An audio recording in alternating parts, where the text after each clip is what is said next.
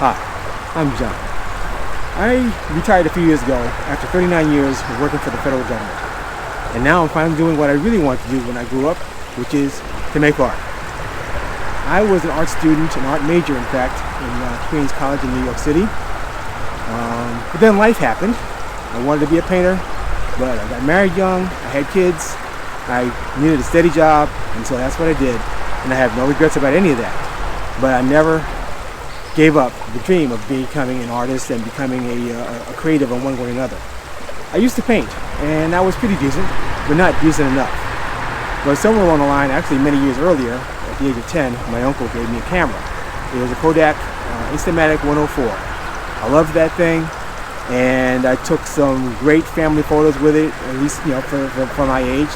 Later on, as a student, I finally started taking I took, actually only one photography lesson course during my time in school, and I'm largely self-taught since then. And the last few years is when I really started getting serious about photography, and specifically nature photography. I love the outdoors, I always have, even growing up in the city. I've never really liked shooting in the city, street photography, that kind of thing. It's just not my thing. And it's funny because I live in New York, and people come from all over the world to see New York City, and because I grew up with it, I guess, it's like blah to me. So I have been able to take my camera to places where I have been doing some traveling, but more recently, most of my photography is done pretty much close to home, within an hour or two of drive. And wherever you are, if you don't happen to live like in some place beautiful like the Lake District or Faroe Islands or someplace like that, or the Isle of Skye, like so many people on YouTube shoot all the time and have the blessing to be able to live there and shoot there, you can still come up with some really nice images from wherever you are. I'm sure that there's nice parks and beaches and such, and if you just apply a little creativity, you can come away with some good images. I've shot birds, I've shot flowers, and I have in my travels, which haven't been all that much until the last couple of years, been able to do some landscape photography, and that's become an increasing passion. I don't know if I'm all that good yet, and I don't want to come off as some kind of an expert, right? I'm hoping that as I progress, I'm able to bring you all along to the journey. I talked about shooting close to home. Now, right now, I'm not at home. I'm outside of Washington, D.C. I'm visiting my daughter who lives and works in the area. But while I'm here, I've taken the opportunity to shoot at a park, Langley Oaks Park, which is in McLean, Virginia, really just outside of the District of Columbia.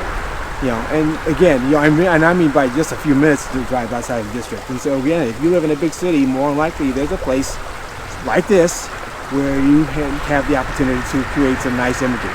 So I'm going to scout the area around for a while because I've never been here. I'm going to see if I can find some nice compositions. So I've come a bit further downstream because I know that down that way there's a waterfall that I've seen some photos of, and it's right off into the Potomac River, which itself actually has some interesting cascade. But something else caught my eye was because coming down the trail, and this is something I've gotten more into rather than really planning stuff out. I mean, I'll look for things that just kind of catch my eye, and what's caught my eye right now, as I'll show you momentarily, is a broken tree branch, actually a fallen tree that leads right in onto some interesting rock structures and then down to the stream. And then and then right in front of me, there's a foreground of ferns and some other plants. I'm going to try and use those to kind of frame the fallen tree, because just to see if that's going to make kind of an interesting image. I think it will. I'll show you what I'm doing on my camera. Alright, so I'm showing you the back of my camera right now.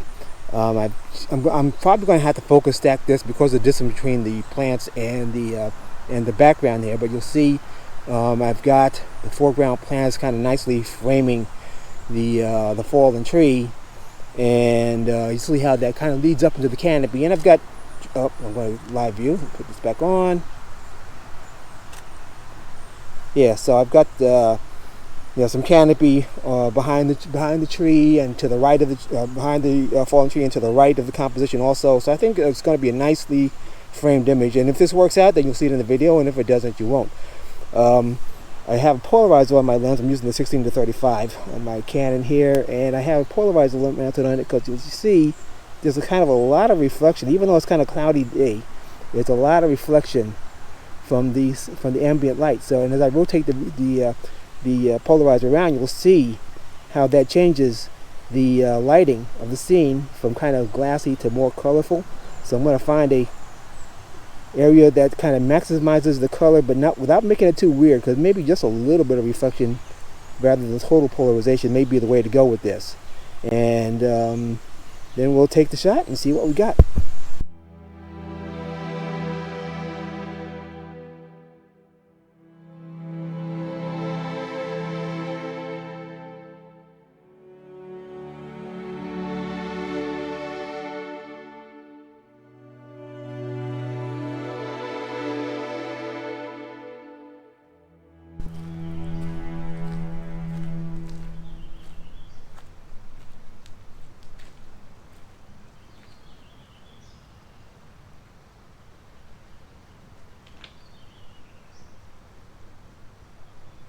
So I've decided that this scene really kind of needs a long exposure. It's 10:30 almost in the morning. The sun is, it's far from golden hour or really great light. The sky's kind of blue. What I think I will do though, as I said, I've already put on a 6-stop ND filter in order to smooth out the reflections in the water. As you'll see here, got some nice reflections, which my polarizing filter is actually going to be able to maximize. And so what I'm going to do is my regular exposure, which I've already taken, is like 1/30th of a second at f11. So then all I have to do is pop that shutter speed into an ND calculator, such as the one that's in PhotoPills or various other apps that are available, to get the exposure that I really want for the long exposure. And then we'll take the shot and see what happens.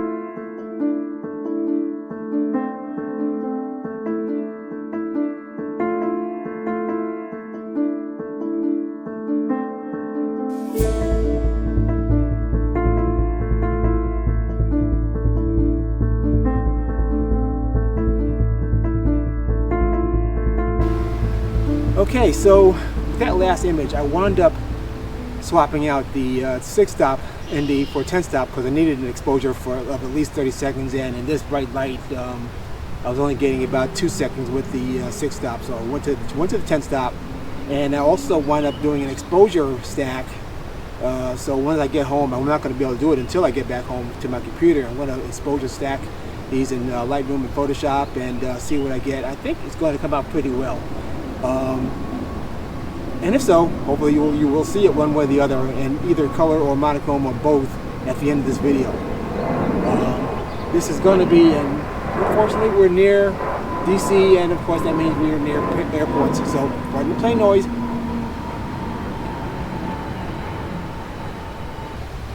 Right, that's a bit better. So anyway, as I was saying, this park looks like, or this stretch of the Potomac River, actually within the park, looks like it would be a good location for either sunset or sunrise. It doesn't open early enough for sunrise, unfortunately, but it does stay open late for sunset. So I will probably come back on another day, not today because it actually closes early on weekends, but during the week, and I will be here for another week. I'll have opportunity to come back and catch sunset if the weather cooperates, and the forecast looks like it will. So hopefully that'll be in the next video. Again, the shot I just took, I will be showing at the end of this video. And if you're still here, I thank you very much for bearing with me. This is my first foray into YouTube. If you liked it and you want to see more of this content, please subscribe and like, and I will welcome your comments too. Thanks a lot, and thanks for joining me on my journey. Bye. To quote Michael Corleone in Godfather Part 3, just when I thought I was out, they pulled me back in. I'm on the path on the way back to the parking lot, and I passed the stream again, and this time I have a clear shot of this cascade, which is simply marvelous, and I could not pass it up. As you can see, I have a wonderful little cascade here along the stream, which is called Turkey Run, and that's the name of the park, is Turkey Run Park. I've got F11 at 1 second right now, and that's probably going to be about right. I'm probably going to do an exposure stat because, as you can see, the background is quite brightly lit, and it's going to be blown out based on the basic foreground exposure. So I'm going to take a 3 exposure stack, and hopefully that's going to work out. And that, I guarantee, will be the last video you see, image you see in this video. So again, thanks. If you like this content and you want to see more, please like and subscribe, and I look forward again to seeing your comments. Thanks, and goodbye.